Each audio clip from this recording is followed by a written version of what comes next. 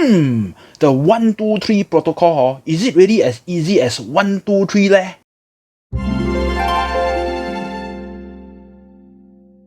Hello everybody, this is Kriscell from Kristainment. I hope you have a wonderful day. So just a couple hours ago, PM Lee has addressed the nation already, and in particular, he talked about what Singapore need to do to deal with COVID-19.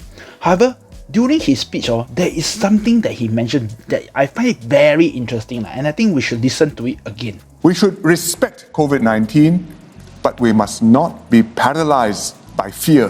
Why PM Lee said must respect COVID? That one I also don't understand. Maybe it's because we have fought with it for almost 2 years already and we still cannot win. So it seems something similar to those war drama or war movie that you watch. When the one general fight, no matter how he fight with another stronger general, he just cannot win it. And then in the end he will say, since I cannot win, I will respect the enemy. But today's video, we're not going to talk about respect, okay? I mean, respect is important. But today, we're not going to talk about respect. What we are going to talk about is how Singapore actually simplified this healthcare protocol in response to COVID-19. Okay, as you all know, Singapore actually today, we have a set of protocols already in response to COVID-19. However, it is very confusing and very complex. I'm not too sure whether you guys have seen this flow diagram that has been circulating around the internet with a lot of circles and a lot of arrows.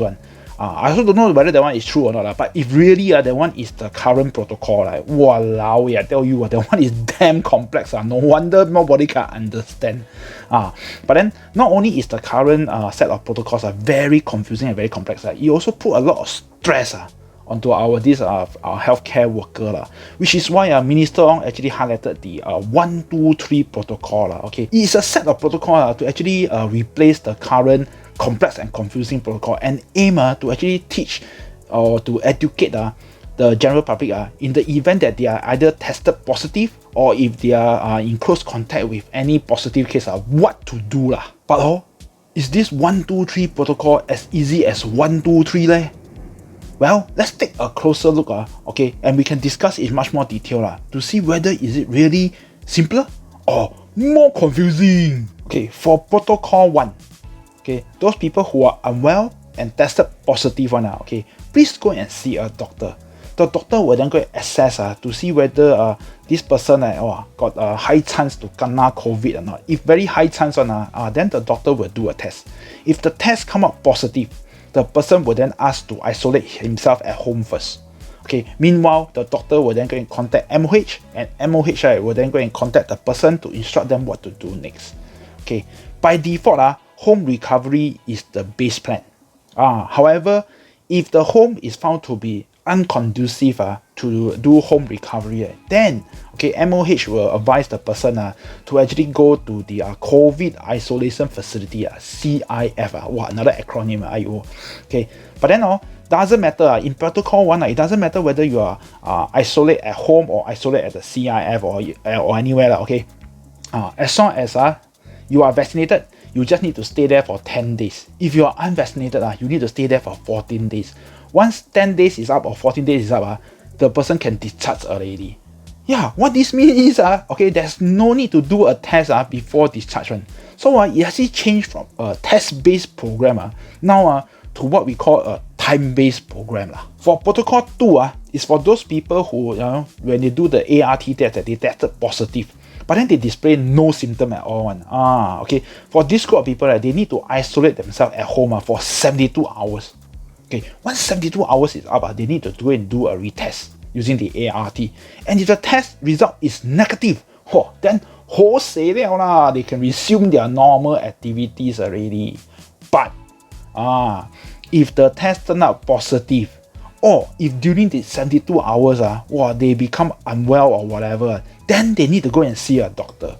And after the doctor assessed and tested, if become positive, this one then protocol 1 will kick in. Okay, protocol 3 is for those people who are close contact of a positive case.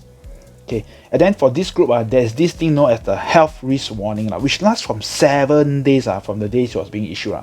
So any person who is a close contact of a positive case will be notified of this health risk warning. Okay, then on day 1, okay, they need to self-isolate themselves immediately. Then they need to do a ART test. Okay, then they also need to upload the ART test result to a portal. Okay, if the ART test result is negative, then Jose very good. For the rest of day one, they can do whatever they want.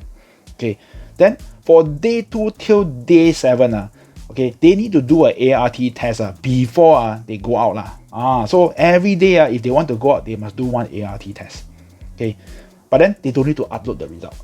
Okay, but then at any one point of time during this period, should the ART test result become positive, then they will follow protocol 2 already. For this group of people, on day 7, okay, must go and do a ART test. If the test result is negative, very good. You can go on with the rest of your whatever you want to do. Then from day 8 onwards, don't need to do anything else because you are considered free. So there you have it. Protocol 1, 2, 3. Sounds simple or not? Actually, very simple one. Let me explain to you in a very layman way so that you can easily remember. We will start with protocol 3. Okay, so protocol 3 is for those who are close contact of a positive case. And then for this group of people, just remember it's a 7 days program. The only thing you need to know that's a little bit different, is on day 1 only. Day 1, you need to go and upload your ART result. That's all. That's the only difference. If not, for the rest of the 7 days, you just need to remember before you go out to gai or whatever, do a ART test. Okay, if it's negative, then off you go. So if 7 days are all negative or very soon one, then you can get out of the program already without you even noticing it.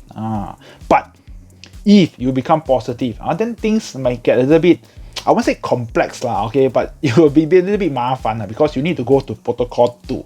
Then for protocol 2, you need to remember it's a 3 days program or a 72 hours program. Okay, depending on which type you like to remember, hours or by days. Okay, but then this one also is quite simple. You just need to isolate yourself. At the end of the 3rd day, just go and do a test. Okay, just go and do a test. If the test is negative, very good. Nothing go wrong really. You can go out to do whatever you want. But if the test is positive or during that 72 hours or 3 days you become unwell, then you need to see a doctor. Then the doctor test already become positive. Then you become protocol 1. Then your program changes. Okay, now it becomes a 10 days program if you are fully vaccinated, or a 14 days program if you are unvaccinated. Still not that bad, still very easy to remember. And then protocol 1 is a time-based program, so you don't need to do anything, just wait for the time to be up and then you are free to go. So very simple. Things actually really become a little bit not so soon. I must say is when you become ill, so sick that you need to go to the hospital or whatever, then that one become a little bit 麻烦 it will be 麻烦, a bit not so soon, because then you will need to depend on when MOH reach out to you then what is the arrangement then you also depend on whether MOH they got all the manpower availability to handle your case or not. That is the only part I would say not so soon. So if you ask me, this protocol 1, 2, 3 is it really very simple? I will say for me, okay quite simple okay there's still quite a few numbers to remember like 7 days then 3 days then 10 or 14 days okay maybe not that simple but you all must remember protocol 1, 2, 3 all those sound simple but rely on 2 things 2 factors. One of them is time, the other one is ART. Let's talk about time first. Okay, how can we be 100% sure that by the time 10 days is up or 14 days is up, the person who is discharged is free of virus? How can we be sure? I'm not a medical expert, so I don't know, okay? But then I know every one of us react differently to COVID-19. Same like how we react differently to the vaccine. Some of us when we 怕jam like no problem, not even sore. But some of us macam IC like that. Once kena one jab, IC already. So every one of us react very differently to the vaccine. We will also react very differently to the virus itself. That's why you see some people kena the COVID-19 no problem, no symptom or mild symptoms. Some of us need oxygen, some need ICU, some even KO so very different, very adverse type of effects. So how can we be sure? So my question is, how can we be sure that by the time 10 days is up for the vaccinated or 14 days is up for the unvaccinated, the person who is discharged it's free of virus. Because if we guess it wrong, the person may thought that, oh, I have no virus already. But unknowingly, he actually bring the virus out, and he will spread among the community. Okay, next, let's talk about the use of the ART. Okay, so ART is a very good tool if it is used correctly. Okay, for so far, we all have been known to the PCR. Okay, we all know when we go and see doctor, then the doctor will do the PCR test and all this like that. Or when we are traveling, then they will do the swab, which is the PCR test. So we know how accurate PCR is. But then because recently we really want to make testing much more available for the masses. That's why we started to have this ART. Okay, but then I say ART is only good if it's used correctly. A lot of people I know when they do the ART they'll just put the thing the swab into their nose and then just swab a bit, then achoo. When they achoo they thought they do a good job already. Then when they test it become negative. Of course it's negative lah. You don't even go inside, you just like tickle a bit only. confirm the result is negative one what. Then if the person is really positive, but then because he go and tickle his nostril only then achoo then become negative then how? He will bring the virus and spread in the community also leh. Okay, since protocol 1, 2, 3 is going to be enforced on the 11th of October so now it's a bit too late to actually change it but I still want to say what are some of the things that I think can make the protocol 1, 2, 3 slightly a little bit better Okay, let's start with protocol 1. Okay, protocol 1 actually is quite good already. To me I think it's quite good already Okay, but then I think something that's missing is that really just to be a pure time-based type of program I think still a bit you still missing the secret sauce Okay, I don't know whether that's the right word to use but I think in order to make protocol 1 better at least before discharge do a PCR test. I think just do a simple PCR test upon discharge that will just make your protocol 1 much more perfect Okay, for protocol 2 I would say maybe same like protocol 1 okay, at least have a PCR test done towards the end of the program Then I will also recommend to actually extend protocol 2 from a 3 days program to a 7 days program. Okay, why I say so is because usually for those who are in protocol 2 those who tested positive are usually the test is done as an ART and done by in the company or whatever So for those most of the time the result may come out positive, but it's only one positive. Then when the person is at home when they do the self-test they may like what I say just tickle their nostril only, then think that it's done already. Confirm the result will be negative one. Confirm the result will be negative. So just to be on the safer side, at least let the incubation period be 7 days at least have a 7 days window then upon the 7 days up just before the person can resume his normal activity, do a PCR. Okay, if it's negative, good. You're on your own already. You can go and do whatever you want.